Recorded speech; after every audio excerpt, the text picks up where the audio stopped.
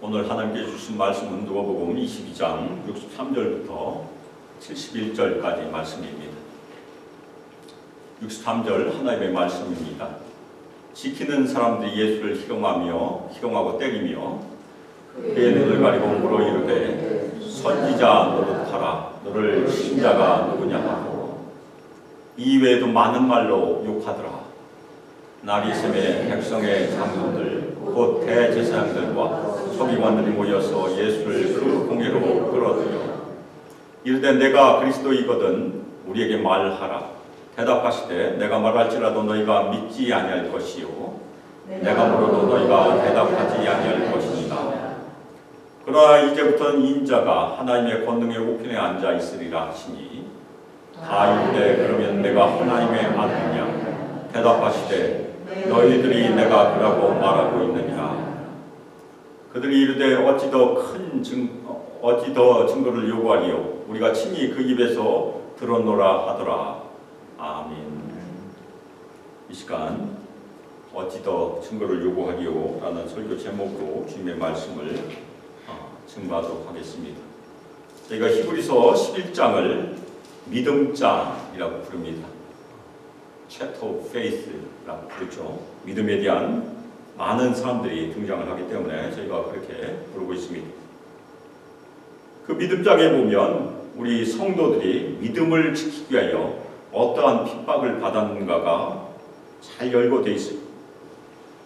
어떤 믿음의 성도들은 믿음 때문에 불의 사육이나 칼날을 경험하기도 했고, 어떤 성도들은 믿음 때문에 심한 고문을 받기도 하고, 어떤 성도들은 믿음 때문에 조롱과 채찍뿐만 아니라 결박과 옥에 갇히는 시련도 받기도 하고, 어떤 성도들은 돌로 칩을 당하고 심지어 톱으로 켬을 당하고 죽임을 당하고 양과 염소의 가죽을 입고 떠돌아다니고 궁핍과 환난과 학대를 당했다고 히브리서 기자가 기록하고 있습니다. 그리고 광야와 산과 동굴과 토굴을 떠돌아다니는 그런 어려움을 겪었다고 히브리서 11장은 기록하고 있습니다. 이것은 구약의 모든 성도들, 신약의 믿음의 성도들에게 해당되는 환난과 핍박의 내용입니다. 그런데 그 믿음의 시련은 성경에만 기록된 것이 아니에요. 지금도 예수를 믿는 믿음 때문에 이런 일을 당한 사람들이 있습니다. 믿음 때문에 생명을 잃거나 믿음 때문에 심하게 박해를 당하는 일들이 지금도 지구 곳곳에서 일어나고 있어요. 오늘 말씀에서는 우리의 믿음의 주인 되시는 예수님께서 구타당하시고 조롱당하시고 결국 정죄를 당하시는 그런 장면의 말씀이, 그래서 오늘 말씀을 통해서 우리 특별히 고난받으시는 예수 그리스도를 우리가 바라보면서 우리 모든 성도들 믿음을 새롭게 하시기를 바람으로 말씀을 같이 살펴보겠습니다. 예수님께서는 드디어 체포되셨어요. 그리고 대제사장집으로 끌려가셨죠. 그런데 그 다음에 일어난 일들은 아주 끔찍한 일이, 예수님을 부금하고 있던 사람들이 예수님을 때리면서 조롱을 했습니다. 예수님을 붙들고 왔던 사람들은 대제사장들과 성전 경비대장, 그리고 장로들, 그리고 성전 경비대에 속한 군병들이었을 것이에요. 아마도 이 때린 사람들 군병들이 때렸을 것입니다. 이 장면은 저희가 이해하기 쉽지 않아요. 사람의 모습으로 이 땅에 오신 하나님의 아들, 우리가 아버지 하나님, 성자 하나님이라고 부르시니까 하나님이시잖아요. 하나님의 아들이신 예수 그리스도께서 인간에게 맞으시는 장면입니다. 구타당하시고 조롱당하시는 그런 장면입니다. 많은 선을 행하신 하나님의 아들께서 어떻게 구타당하실 수 있을까? 이해하기 쉽지 않은 그런 장면입니다. 그런데 이 일은 예수님께서 이미 예고하셨던 일입니다. 누가복음 18장 32절에 보면 예수님의 예고가 나와요. 인자가 이방인들에게 넘겨져 희롱을 당하고 능욕을 당하고 침뱉음을 당하겠으며, 근데 누가는 이 침뱉음을 당하는 것은 기록하지 않았어요. 우리 그리스도인들도 예수님께서 당하셨던 것처럼 믿음 때문에 구타당할 수 있어요. 혹시 우리 중에 믿음 때문에 맞으신 적 있습니까? 대부분 우리가 그렇게 경험하지 않죠.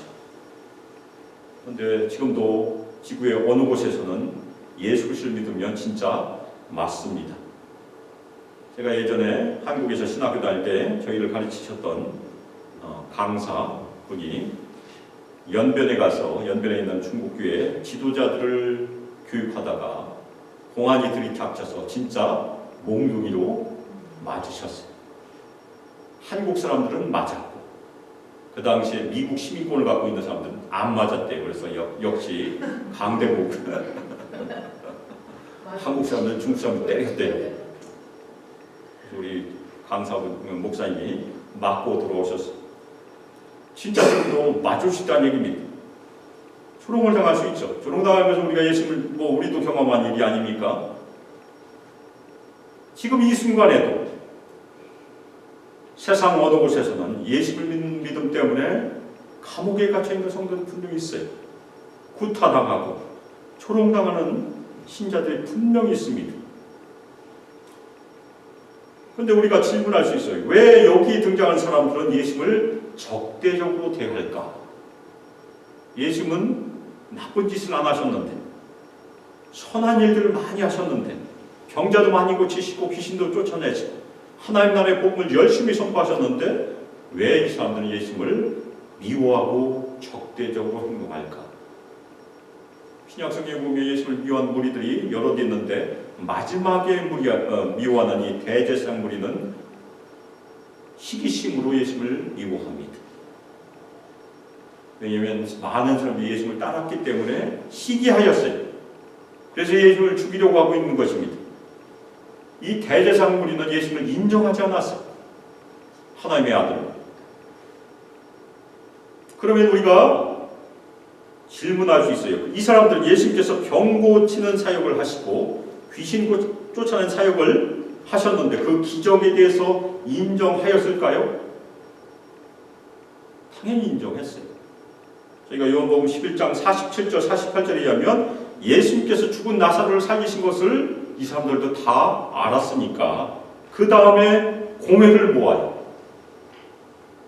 공회를 모아서 예수님께서 많은 표적을 행하셨음을 인정하게 됩니다. 요한복음 11장 47절 48절 이에 대제사장들과 바리새인들이 공회를 모으고 이르되 이 사람이 많은 표적을 행하니 우리가 어떻게 하겠느냐? 만일 그를 이대로 두면 모든 사람이 그를 믿을 것이요 그리고 로마인들이 와서 우리 땅과 민족을 빼앗아 가리라 하니. 첫 번째 구절에서는 인정을 했죠. 그런데 그 다음에 이 사람들이 걱정을 합니다.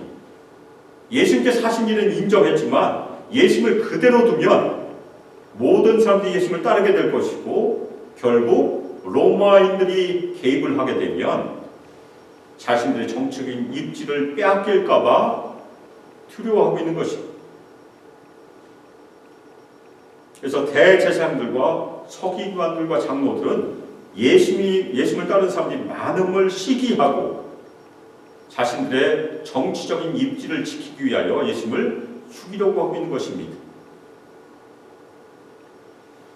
대제사장들 휘하에 있는 군병들도 적대적인 태도로 예수님을 지금 대하고 있습니다. 그 사람들이 예수님의 눈을 가리고 예수님을 때리면서 물어보고 있는 그런 장면이에요. 선지자여, 너를 친 사람이 누구냐? 눈을 가렸으니까 모를 거라고 생각하고 그렇게 물어본 거죠. 예수님은 아셨겠습니까? 모르셨겠습니까? 하나님의 아들이시니까 당연히 아실 거예요. 이 군병들, 군병이라고 부를 필요도 없어요. 깡패들이에요, 깡패들. 아마도 길거리에서 예수님께서 어떤 종류의 예언자라는 얘기는 들었을 것입니다. 근데 예수님에 대해서는 완전히 무지했어요. 그래서 예수님이 사기꾼이라고 생각하고서 예수님을 배척하고 조롱하고 있는 그런 장면입니다.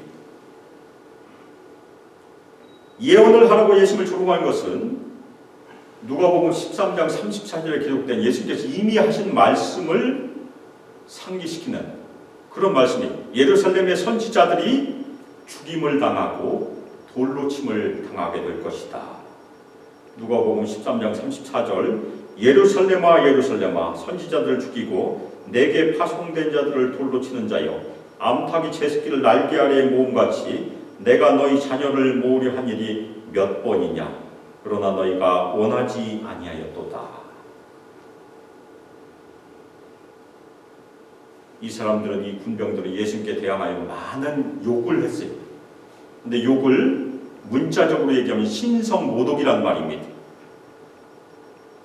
누가는 이 군병들, 이 깡패들이 그냥 욕을 한 것이 아니고 하나님의 아들을 거슬러 말하는 신성모독의 말을 하고 있다고 지금 기록하고 있어요. 드디어 날이 샜습니다. 예수님께서는 밤에 체포당하셨죠. 그리고 밤새도록 부타와 조롱을 당하신 것이, 여러 가지 고난을 당하신 것이, 날이 샜지만 변한 것은 아무것도 없습니다. 예수님을 체포하고 구금하고 고난을 가하는 어둠의 권세는 아직도 활동 중이에요. 백성의 장로들 그리고 대제사장들, 서기관들이 모여서 예수님을 공회로 끌어들였습니다. 공식적인 신문을 시작한 것이, 이 장로들, 대제사장들, 서기관들은 이스라엘을 대표하는 공식적인 사람들이에요. 이 장면은 예수님께서 이미 예고하신 일이 이루어지는 그런 장면이에요. 누가복음 9장 22절을 보면 이르시되 인자가 많은 고난을 받고 장로들과 대제사장들과 서기관들에게 버림받아 죽임을 당하고 제3일에 살아나야 하리라. 바로 이 말씀의 장면은 장로들과 대제사장들과 서기관들에게 버림을 받는 그런 장면이에요. 당시 로마가 모든 행정 문제를 다 처리하기 어려웠기 때문에 많은 부분을 유대 지도자들이 해결하도록 했었어요. 그래서 유대 행정의 많은 업무들을 공회가 수행했던 것으로 보입니다. 그래서 예수님을 체포할 때 공회가 체포하고 공회가 증거를 수집하고 그리고 빌라도 총독에게 기소하기 위해서, 고소하기 위해서 예비 신문을 지금 하고 있는 것이, 죄목이 필요하니까. 유대 정치 지도자들 이미 예수님을 멸망시키는 것을 작정했어요. 지금 이 사람들에게 필요한 것은 무엇입니까? 유대 총독 빌라도에게 제출할 수 있는 죄목이 필요한 것입니다.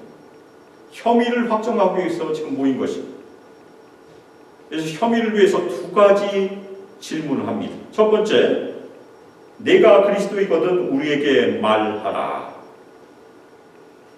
그러자 예수님께서 그들에게 말씀하셨어요. 내가 말할지라도 너희가 믿지 아니할 것이요 내가 물어도 너희가 대답하지 아니할 것이니라. 예수님께서는 자신이 그리스도라고 대답을 하지 않으신 것입니다. 궁극적으로 예수님께서는 그리스도, 다른 말로 이게 바뀌었죠. 유대인의 왕이라는 제목으로 처형을 당하셨습니다. 이 그리스도라는 것은 어떤 의미에서는 정치적인 타이틀이니까. 그러면 왜 예수님께서는 대답을 하지 않으셨을까? 그것은 대제사장들과 서기관들이 가지고 있는 그리스도라는 말에 대한 이해와 예수님께서 지금 보여주고 계시는 그리스도의 모습이 너무나 다르기 때문에 그래요. 그리스도라는 말은 히브리어로 메시아이죠. 저희가 잘 알고 있는 말입니다. 우리말로 번역을 하면 어떻게 됩니까? 예, 이쪽에서 나왔어요. 기름 부음을 받은 자. 이쪽에서 들렸습니다. 누가 기름 부음을 받았죠? 구약에 보면 제사장, 왕, 그리고 간혹 선지자. 그러니까 대부분 우리가 제사장과 왕이 기름 부음을 받았다고 이해를 해요.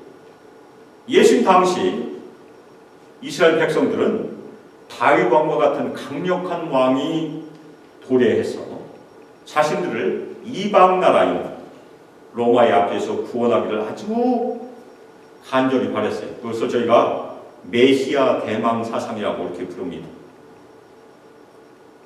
그런데 예수님께서는 전혀 다른 모습을 보여주고 있어요. 심지어는 침례 요한도 오실 그이가 당신입니까? 라고 물어봤어요. 자신이 기대하는 그런 메시아 모습이 예수님에게서 나오지 않고 있습니까?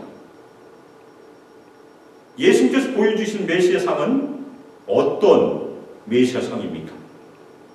강력한 왕이 아니고 온유하고 겸손하신 상한 갈대를 꺾지 아니하시고 꺼져가는 심지를 끄지 아니하시는 이사야 42장에 기록된 그런 모습으로 우리에게 오셨어요. 그리고 지금 이 순간에는 고난받는 여호와의 종의 모습으로 메시아상을 보여주고 있습니다. 구약성경 이사야서에 보면 구약에 나와 있는 아주 중요한 타이틀 중에 하나가 여호와의 종입니다. 모세가 여호와의 종으로 불리었고 여호수아도 불리었고 다윗이 불리었어요. 많은 사람들이 그렇게 불리지 않았어요. 그런데 구약성경 이사야서에 보면 앞으로 오실 메시아를 여호와의 종이라고 부릅니다. 그것이 이사야 42장 1절 말씀이에요. 이사야 42장 1절 내가 붙드는 나의 종 내 마음에 기뻐하는 자 곧 내가 택한 사람을 보라. 내가 나의 영을 그에게 주었은지 그가 이방의 정의를 베풀리라. 이 말씀은 마태복음 12장 18절에서 21절에 인용이 되었어요.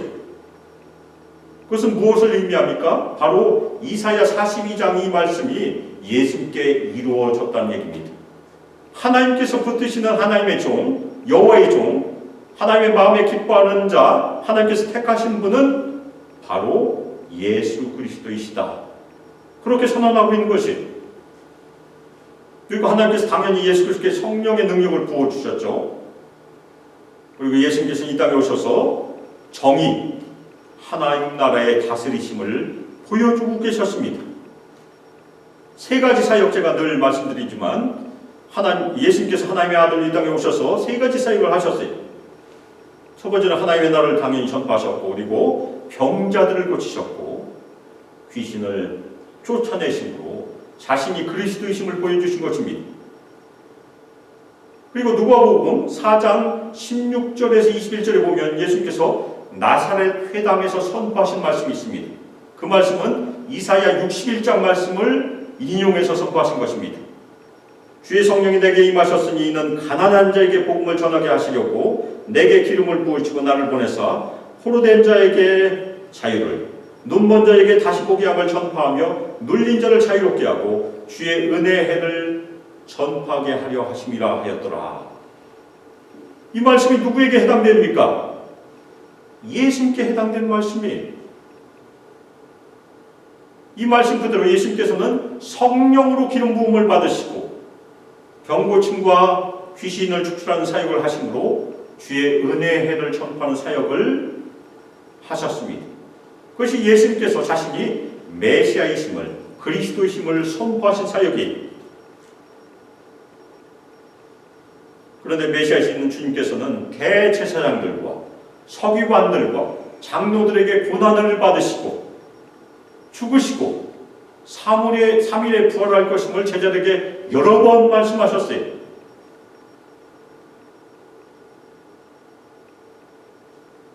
그런데 이사야 53장에 가면 드디어 고난받으시는 여호와의 종의 모습이 등장을 하게 됩니다.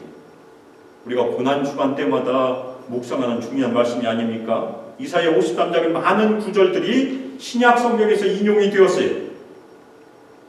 그 중에 이사야 53장 5절 6절은 베드로전서 2장 24절 25절에서 인용되어 있습니다.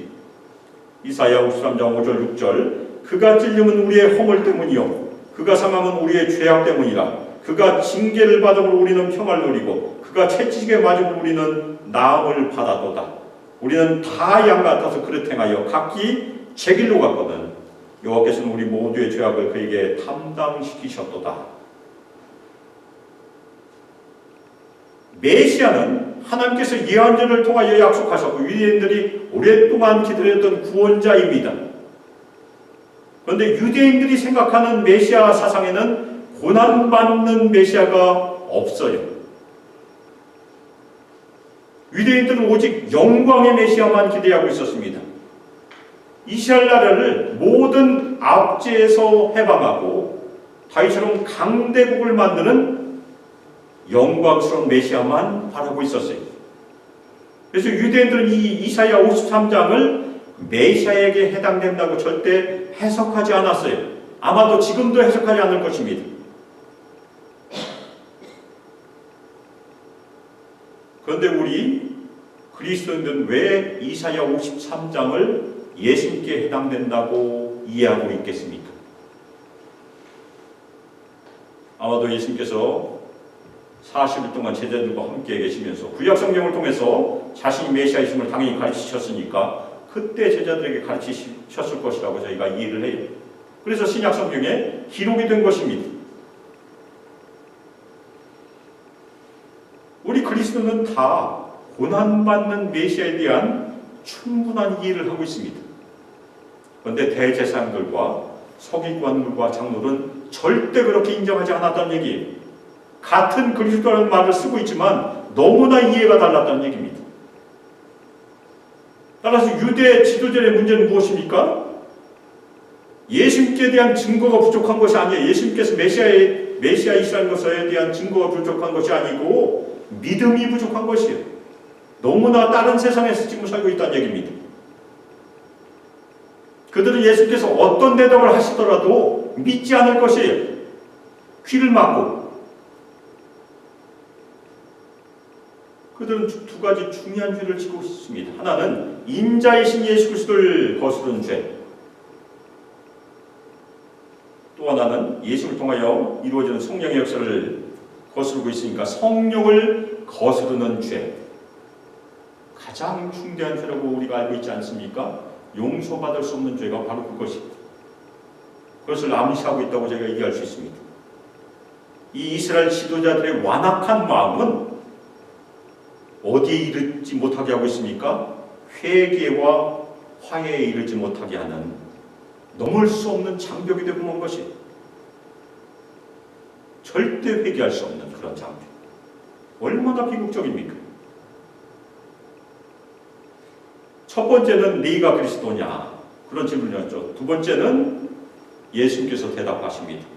이제부터는 인자가 하나님의 권능의 우편에 앉아있으리라. 짧은 대답이지만 이것은 다니엘서에 나오는 다니엘 7장 13절 14절의 말씀을 주님께서 인용하심으로 그 말씀이 자신에게 이루어질 것임을 대답하신 그런 장면입니다. 다니엘 7장 13절 14절 내가 또 밤 환상 중에 보니 인자 같은 이가 하늘 구름을 타고 와서 옛적부터 항상 계신 이에게 나아가 그 앞으로 인도되매 그에게 권세와 영광과 나라를 주고 모든 백성과 나라들과 다른 언어를 말하는 모든 자들이 그를 섬기게 하였으니 그의 권세는 소멸되지 아니하는 영원한 권세요 그의 나라는 멸망하지 아니할 것이니라. 인자 같은 이가 마지막 때에 하늘 구름을 타고 오실 것이다. 우리가 다 알고 있는 그런 말씀이 아닙니까? 인자이신 예수님께서는 곧 십자가에 달려 돌아가실 것이고 3일에 부활하셔서 승천하시고 그 다음 단계가 무엇입니까? 승귀하실 것이다. 승귀의 단계, 존귀함을 입을 단계가 바로 예수님께서 하나님의 권능의 우편에 앉으시는 그런 단계입니다. 예수님께서 그것을 말씀하신 것입니다. 그러자 공에 있는 모든 사람들이 예수님께 두 번째 질문을 합니다. 그러면 내가 하나님의 아들이냐? 첫 번째는 그리스도냐? 두 번째는 네가 하나님의 아들이냐? 아마도 공에 있는 이 유대 지도자들은 다니엘 7장에 나오는 마지막 때에 이 땅에 오실 인자에 관한 말씀이 하나님의 아들에 관한 말씀이라고 이해한 것입니다. 두 가지 호칭이 약간 다르다는 얘기. 유대 지도자들은 그리스도는 이 지상의 왕국을 통치하는 정치적인 왕으로 이해했고, 하나님의 아들은 영원한 하나님의 나라에서 하나님 우편에서 통치하시는 분이시다. 그렇게 이야기를 하고 있는 것으로 저희가 알 수 있어요. 그런데 그때 예수님께서 아주 색다른 대답을 하십니다. 너희들이 내가 그라고 말하고 있느니라. 이 대답에 대해서는 여러 가지 해석이 있어요. 과연 예수님께서 자신이 하나님의 아들이심을 인정하신 것인가, 부정하신 것인가? 그런데 그 다음 구절에 보면 이 예수님의 대답에 대해서 종교 지도자들, 예수님께서 자신이 하나님의 아들이심을 인정했다고 이해를 했습니다. 그런데 왜 예수님은 내가 그이다, 아주 쉽게 대답을 안 하시고 너희들이 내가 그라고 말한다, 그렇게 이해하기 어렵게 대답을 하셨을까요? 저희는 잘 알지 못하지만 여러 가지 해석이 있어요. 그런데 잉글리시 스탠더드 바이블, ESV 스타디 바이블에 보면 이 대답은 질문을 하는 사람에게 책임을 돌리는 그런 대답이라고 설명을 하고 있습니다. 예수께서는 당연히 하나님의 아들이시라고 인정을 하셨지만 앞으로 일어날 모든 일에 대한 책임은 너희들에게 있다, 그런 해석을 하고 있어요. 그러나 분명한 것은 무엇입니까? 다음 구절이 말씀하는 것처럼 종교 지도자들은 이 예수님의 대답을 긍정으로 받아들였어요. 예수님께서 나는 하나님의 아들이라고 인정한 것을 당연히 받아들였습니다. 그래서 71절에 뭐라고 얘기합니까? 어찌 더 증거를 요구하리요? 우리가 친히 그 입에서 들었노라. 더 이상 증거가 없다는 얘기예요. 예수님께서 친히 자신의 입으로 나는 하나님의 아들이라고 얘기했으니까. 그런데 이 어찌 더 증거를 요구하리요라는 이 말은 신앙과 불신앙을 가르는 아주 중요한 질문이에요. 믿는 자들에게는 예수님께서 이 땅에서 보여주시는 모든 발자취, 병고침의 사역, 귀신 축출의 사역, 그리고 하나님 나라의 복음을 전파하는 모든 사역이 그분이 하나님의 아들이심을 분명히 보여주는 충분한 증거가 돼요. 그래서 예수님의 제자들이 믿었고 우리가 믿고 있습니다. 우리가 어떻게 예수님을 믿고 있습니까? 신약 성경을 통해서 믿고 있지 않습니까? 우리는 충분한 증거가 성경에 있다고 믿고 있는 사람들입니다.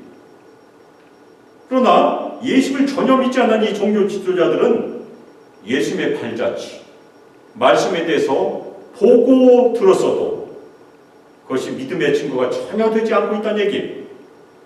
오히려 예수께서 자신이 나는 하나님의 아들이라고 인정하는 것이 그들에게는 예수를 멸망시키는 증거로 지금 작용되고 있는 것입니다.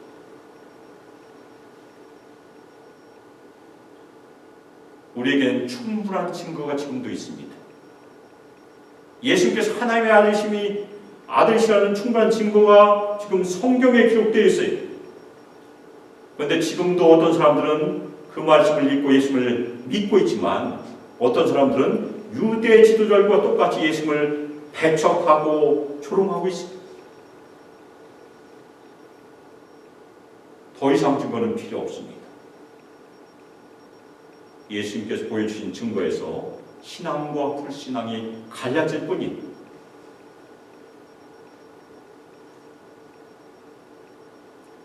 우리 성도들이 이 땅에서 믿음 때문에 예수를 믿지 않는 세상에서 고난을 받는 것은 이상한 일이 아니고 어쩌면 당연한 일일 수도 있습니다.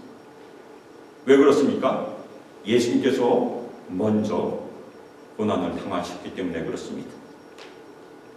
그래서 믿지 않는 세상에서 우리가 고난당할 때는 히브리서 11장, 믿음장 다음이 12장이니까 12장 2절 말씀을 기억하고 늘 우리가 기도함으로 인내하여야 합니다. 우리가 자주 보는 말씀이, 저도 여러 번 이 말씀을 인용하면서 설교를 했던 것으로 기억을 합니다. 히브리서 12장 2절, 믿음의 주요 또 온전하게 하시는 이인 예수를 바라보자. 그는 그 앞에 있는 기쁨을 위하여 십자가를 참으사 부끄러움을 개의치 아니하시더니 하나님 보좌 우편에 앉으셨느니라. 우리가 이 세상에서 고난당할 때는 이 말씀 기억하시고 믿음의 주요 우리를 온전하게 하시는 이 예수를 바라보시기를 주님의 이름으로 축원합니다.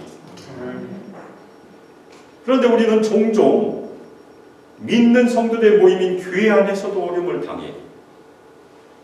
그런 일이 없어야 되겠지만 그것은 진짜 이상한 일입니다. 그건 당연한 일이 아니에요.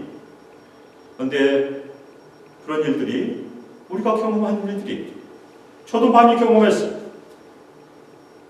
선과 악은 어디나 존재한다는 얘기입니다. 예외되는 장소가 없다는 얘기. 거듭난 성도들의 모임. 우리가 거듭났다는 것은 과연 무엇을 의미합니까?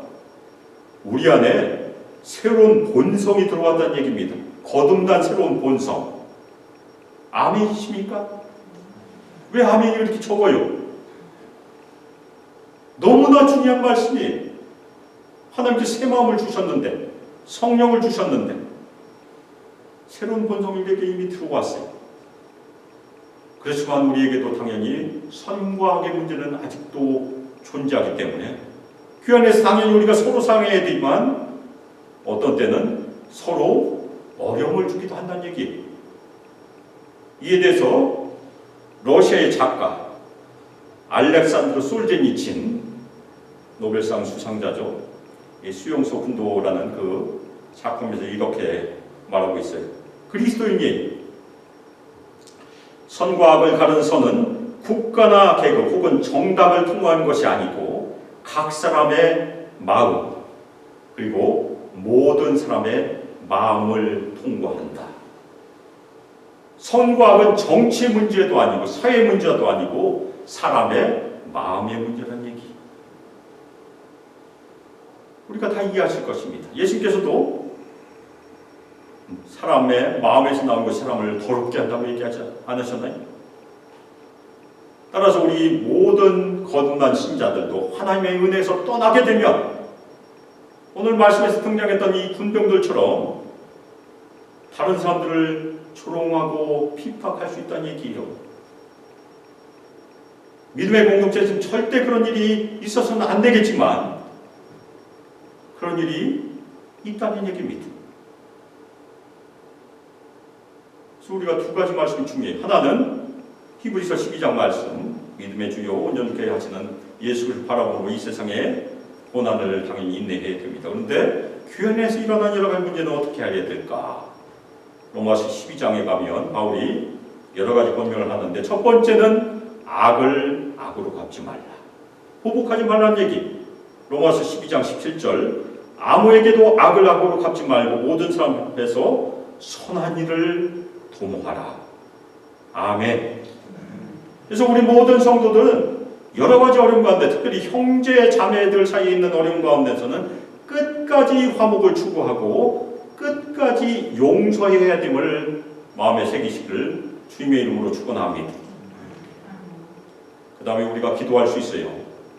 자신을 힘들게 하는 믿음의 형제 자매, 우리가 피를 나는 형제들 간혹가다 싸우고 힘들게 하잖아요. 믿음의 형제 자매들 사이에도 그런 일이 있을 수 있습니다. 그럴 때는 하나님께서 그 사람을 불쌍히 여겨주시길, 열심히 기도하시길 주님의 이름으로 축원합니다. 열심히 기도하다 보면 기도의 응답이 당연히 오게 될 것입니다. 그래서 우리가 공동체 안에서 화목을 추구하고 용서를 열심히 실천하고 또한 긍휼을 베푸는 것이 우리의 원칙이라는 말씀입니다.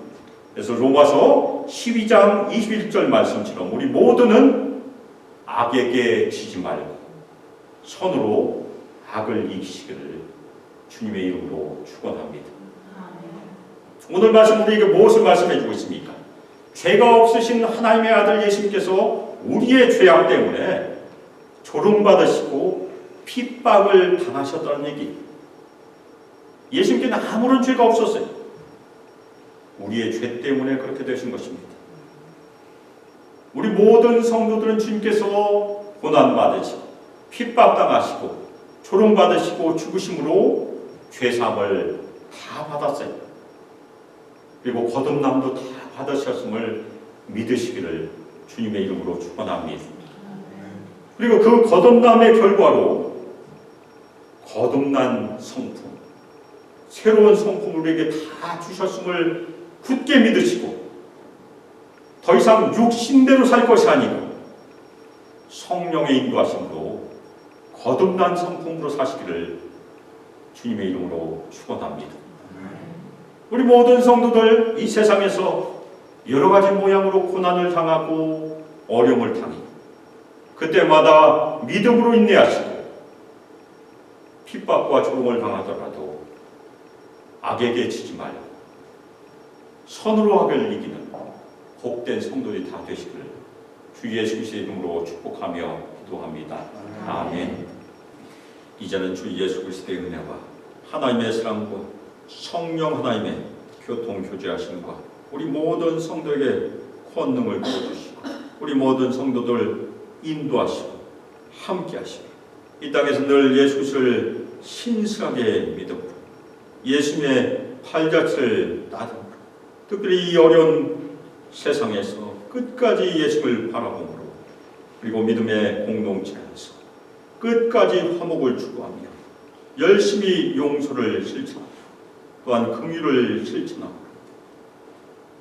함께 복된 공지를 이루기를 소망하며 결단하는 우리 수만교회 모든 성도들과 청년들과 유자들과 영원토록 함께하기를 주 예수 그리스도의 이름으로 축복하며 기도합니다. 아멘.